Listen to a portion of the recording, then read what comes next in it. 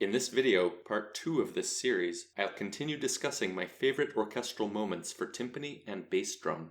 The first video mostly had examples from the late Baroque era, but now let's jump straight to the 1780s and begin with a passage from the Presto Finale of Mozart's Hafner Symphony, No. 35, a brilliant masterpiece he composed at the ripe old age of 26.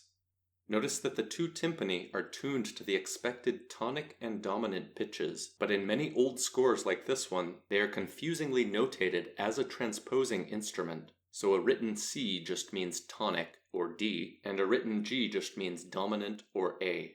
My favorite moment for timpani occurs in the transition to the dominant key, when they play these exhilarating rolls answered by dotted figures from the winds.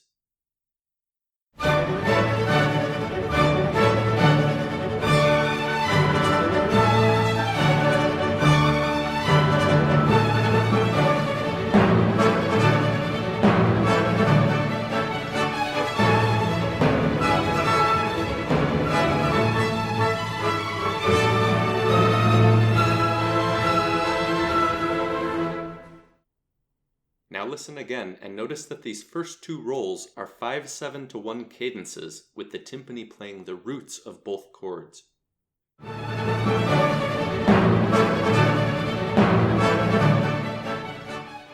But when the same phrase immediately repeats in the dominant, the same two drums are again used in 5/7-1 cadences in the new key, but now the roll is occurring as the 7th scale degree of the 5/7 chord.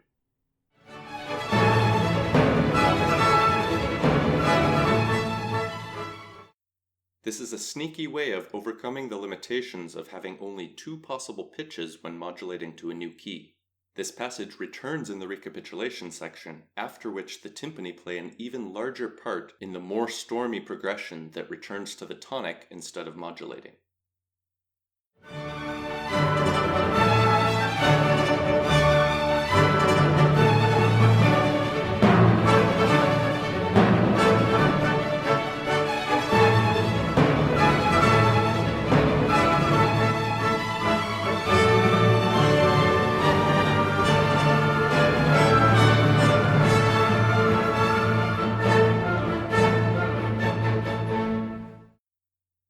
Now that you know my favorite Mozart timpani moment, I have to share some of his most unusual timpani writing from two of his earlier less well-known compositions.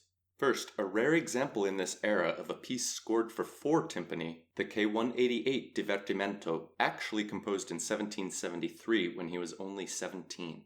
It's scored for the strange combination of 2 flutes, 5 trumpets, and the 4 timpani, and since everything else is a treble instrument, the timpani are responsible for much of the bass line. And notice that the 2 extra drums allow for this 4/5-1 cadence to G major, and later this cadence to the 2 chord.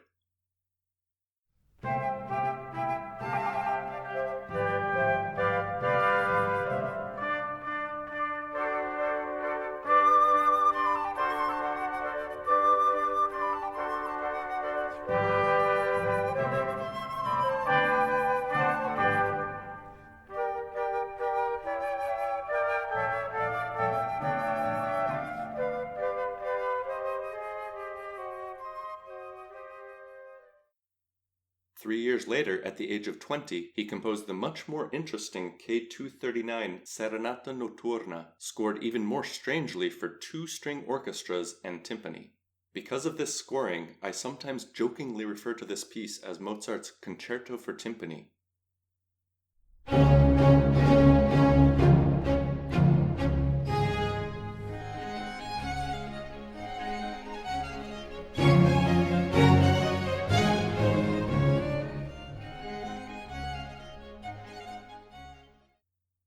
Notice later in this first movement, this strange, quiet timpani solo accompanied only by pizzicato strings.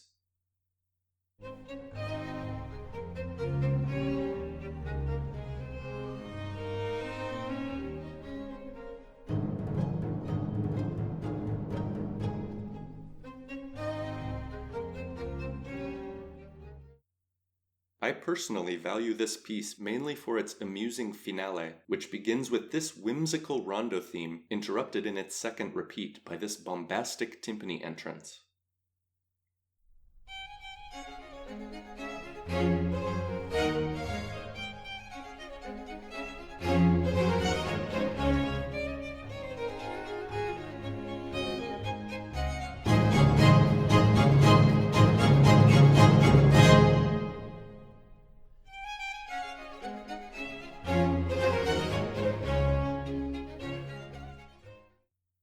But my favorite passage comes after this abrupt adagio section modulates to the subdominant key of G major, and introduces out of nowhere this lively country fiddle tune, one of my favorite Mozart rusticisms, and for me an absolute earworm that has frequently without warning popped into my head ever since I first heard it decades ago. I find these trills that are doubled an octave below by the violas especially amusing when this phrase repeats. The timpani are completely absent from this unexpected folksy interlude, until they finally reappear to help modulate back to the D major return of the rondo theme.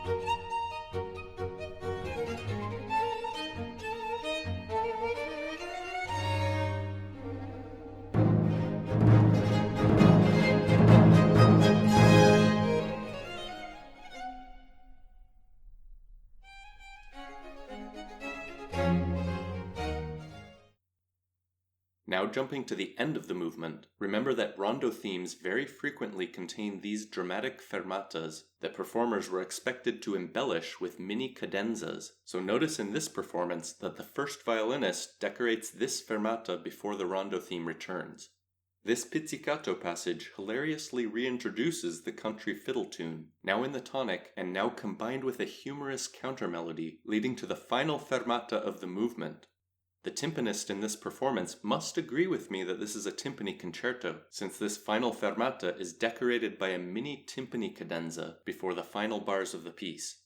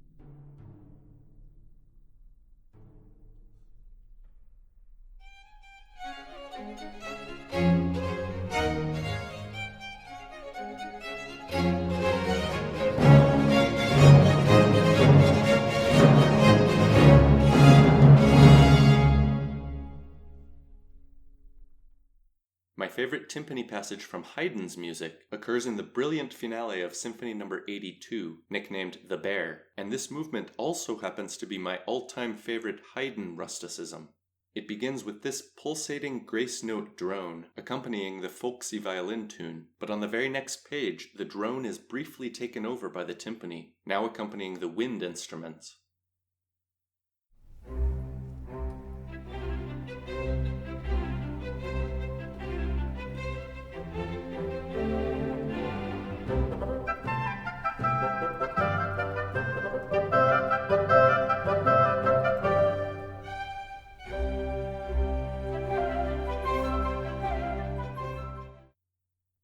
This drone bass, especially when it occurs in fifths and as long tied notes, is meant to sound like the drone of a bagpipe, and it frequently occurs, often with the timpani, throughout the remainder of this movement. But perhaps the most bagpipe-esque moment occurs in the recapitulation section when the violins and flute play the opening theme, while the remainder of the orchestra simulates the bagpipe drone, including these relentless pulsating timpani downbeats.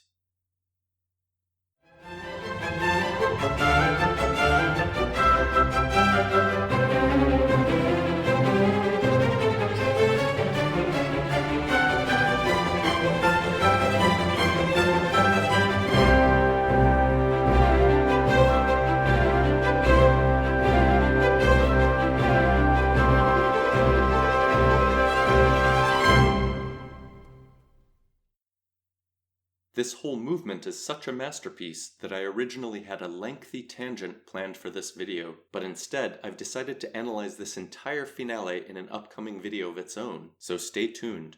I've already mentioned in prior videos other famous Haydn timpani moments, like the mysterious drum roll or Paukenwirbel that opens Symphony No. 103, nicknamed the Drumroll Symphony because of this, and the loud surprise timpani stroke or Paukenschlag in the slow movement of Symphony No. 94. Until these late Haydn symphonies, the slow movement was generally not scored with timpani, presumably because it was usually in a different key from the other movements. For example, Mozart had only included them in one of his symphonic slow movements, that of the Linz Symphony, and Haydn had only done it, if you even count this as an example, in the fifth movement of Symphony No. 60, one of numerous atypical attributes of this composition. In contrast, 12 of Haydn's final 17 symphonies, beginning with No. 88, have timpani in their slow movements, most often requiring tuning to different pitches just for that movement. Now, before moving on to my favorite timpani moments from Beethoven, let's discuss the rare uses of the bass drum in this era that, as I mentioned in this prior video, were most often used to imitate the exotic sound of Turkish military bands, usually combined with cymbals, triangle, and sometimes a piccolo. Here's how that combination sounds, of course also including timpani, in the overture of Mozart's opera The Abduction from the Seraglio, that features as one of its characters a Turkish military officer.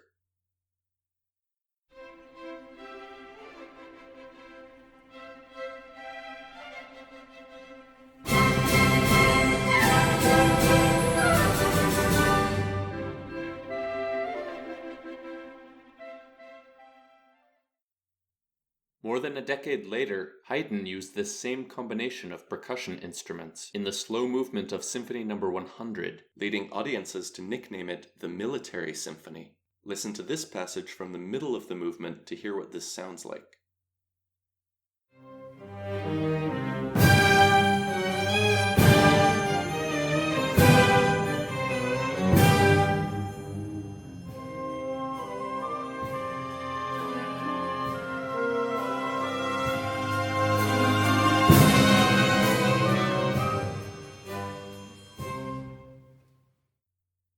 At the end of the movement, we suddenly hear this unaccompanied bugle call, followed by an unaccompanied crescendoing timpani roll, leading to this fortissimo outburst on the flat 6 chord that includes the additional exotic percussion instruments.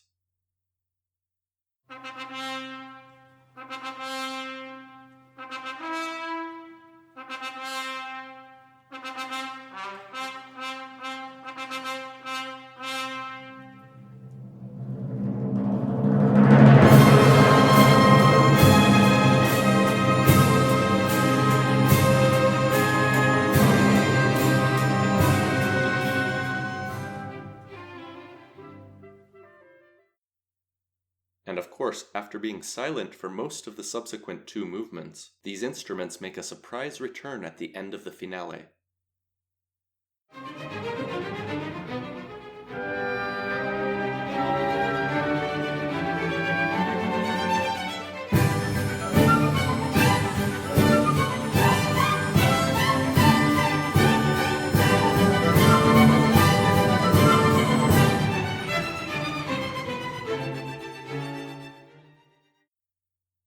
A few few decades later, Beethoven used this same combination in one of his most financially lucrative, though perhaps not most musically inspired pieces, entitled Wellington's Victory, or the Battle Symphony, composed to commemorate the defeat of the French by the English in the Battle of Vittoria.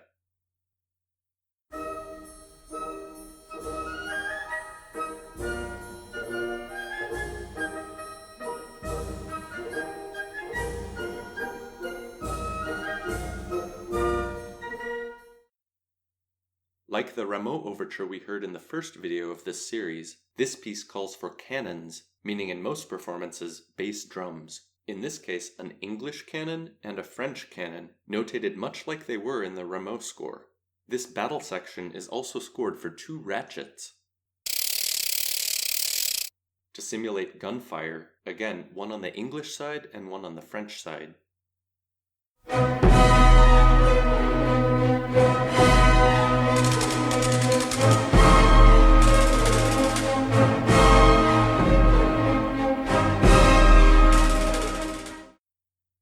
Beethoven defended this piece against critics while simultaneously acknowledging its lower than usual quality by reportedly growling, "What I is better than anything you could ever think up." I've already discussed in that same prior video my favorite use of the bass drum by Beethoven, occurring in the Turkish March section of the finale of his Ninth Symphony, that begins with strange pianissimo offbeats, played at first only by the bassoons, including contrabassoon, and by the bass drum. This eventually crescendoing section simulates a distant but approaching army with the same stereotypical military instruments of the time, including in this case the piccolo and trumpet.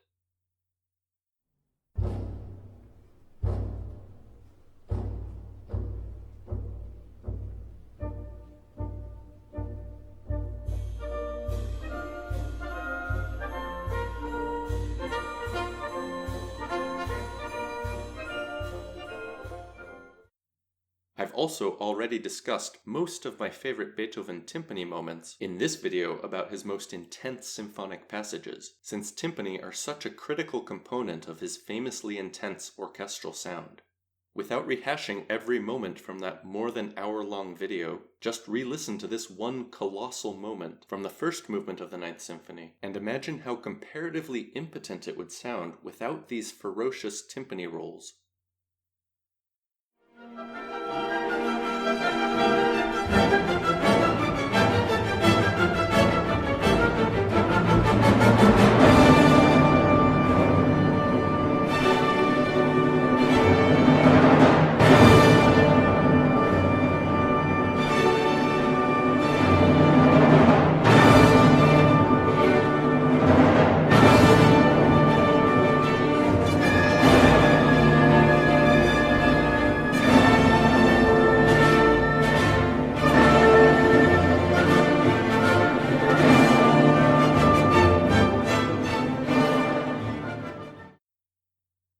Luckily, I never discussed in that prior video my absolute favorite and most unusual Beethoven timpani passages from the Scherzo second movement of the Ninth Symphony.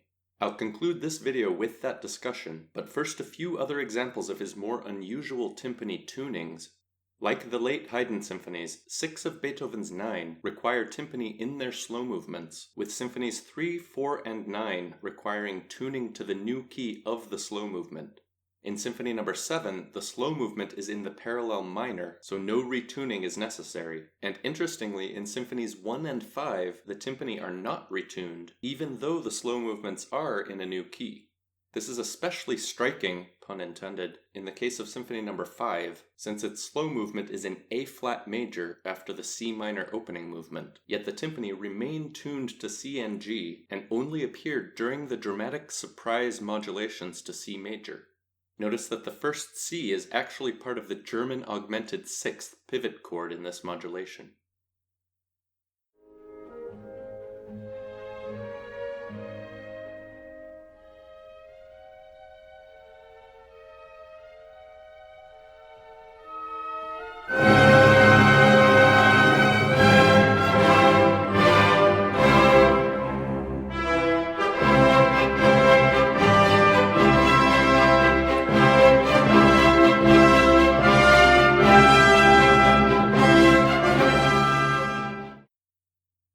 Other than the slow movements of symphonies 2, 6, and 8, the only other Beethoven symphonic movements without timpani are all from the Pastoral Symphony No. 6. That only includes timpani for the thunderous special effects of the stormy fourth movement that I discussed in that prior video.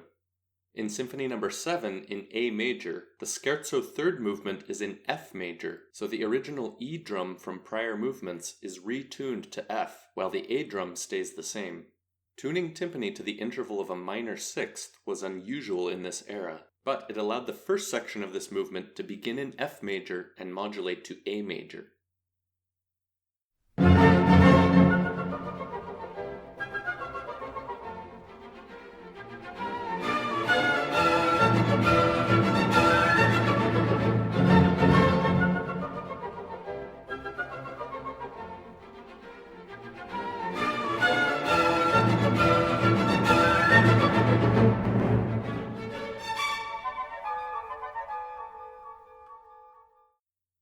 We do eventually get to hear the timpani actually play this interval in the bars that modulate to the D major trio section, so now the A drum is acting as the dominant.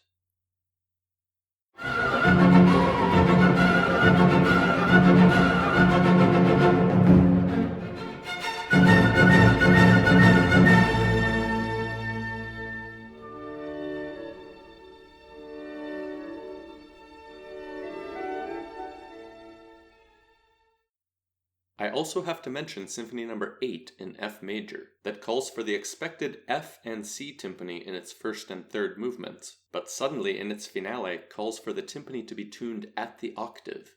This makes possible amazing passages like this one, in which the opening theme enters fortissimo in A major, accompanied by these E octaves in the bass, that quietly continue by themselves after the theme is finished, and then suddenly shift up a half step back to F, now played even more quietly by just the timpani and bassoon, to introduce the theme again, now pianissimo and back to the original key of F major.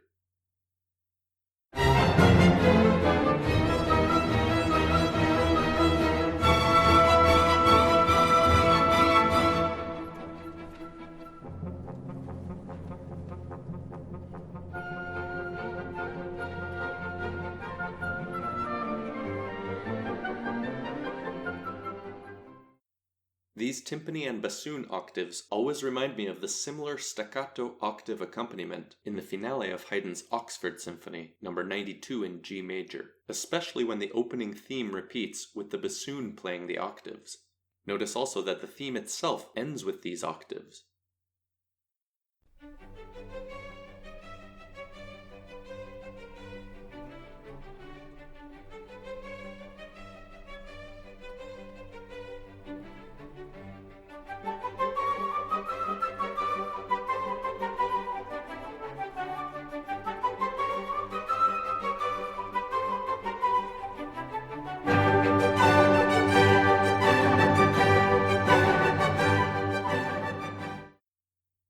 Haydn expertly weaves these bouncy octaves into the fabric of this finale, also incorporating them into the melody of the second subject.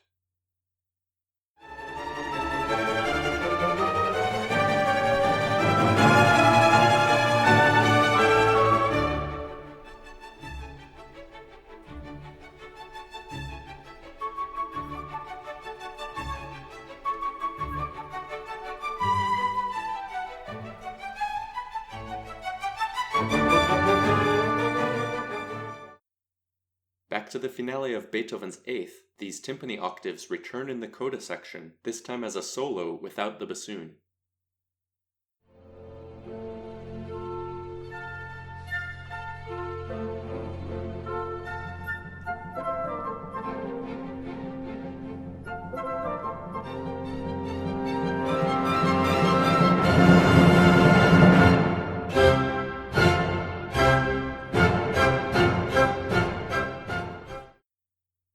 The only other time Beethoven required timpani tuned an octave apart is in the Scherzo second movement of the Ninth Symphony, that also tunes them to F like in the prior example, but this movement is in D minor, so this is the third scale degree and not the tonic like it was in the Eighth Symphony. This strange but absolutely brilliant choice first allows the timpani to play this emphatic, deafening solo in these iconic introductory bars that just outline a D minor chord with the dotted octave motif upon which this entire scherzo is based.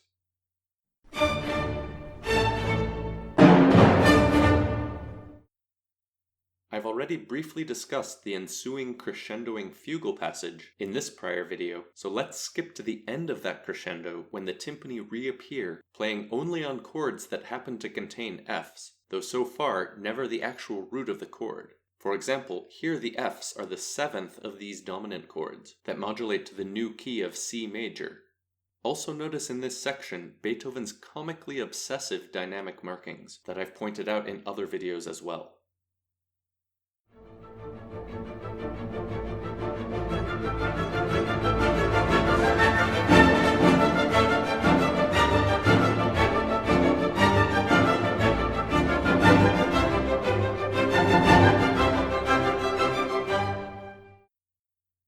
Now for my favorite timpani moment in all of Beethoven, that occurs when the music finally does modulate to F major, and the timpani enter with the same startling, completely unaccompanied dotted figure we heard in the opening bars, but now finally as the tonic, answered each time by the remainder of the theme in the woodwinds.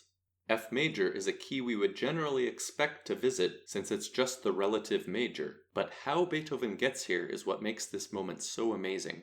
So let's start a few pages before this, when a modulatory section ends with this dramatic fermata, followed by a quiet entry of the theme as a bassoon duet in the new key of E minor. By the way, this is also my favorite bassoon moment in all of Beethoven. These imitative entries from the woodwinds now repeat, still quietly but now in A minor, making this first loud timpani entrance tonally, texturally, and dynamically unexpected. Notice also after these four startlingly loud entries, this quieter one now on the weak second bar of the 3-bar phrases.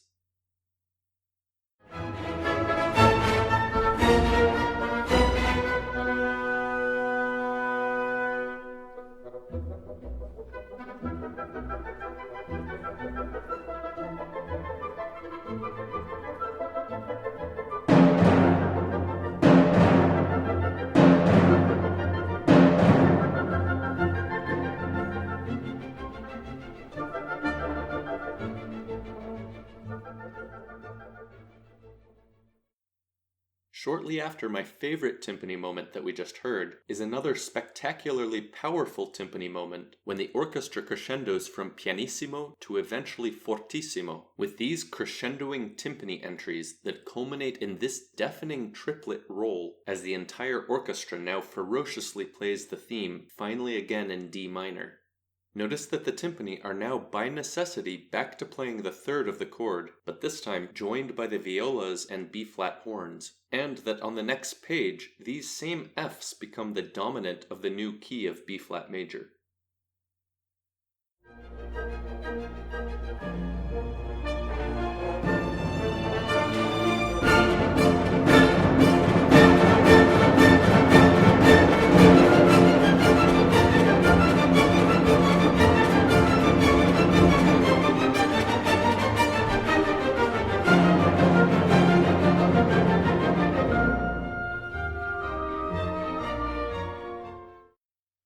I'll now end the video with the short coda section of this movement, in which the timpani participate in this stringendo, or intensifying acceleration, but have to drop out when this presto section arrives, since it only consists of Ds and As.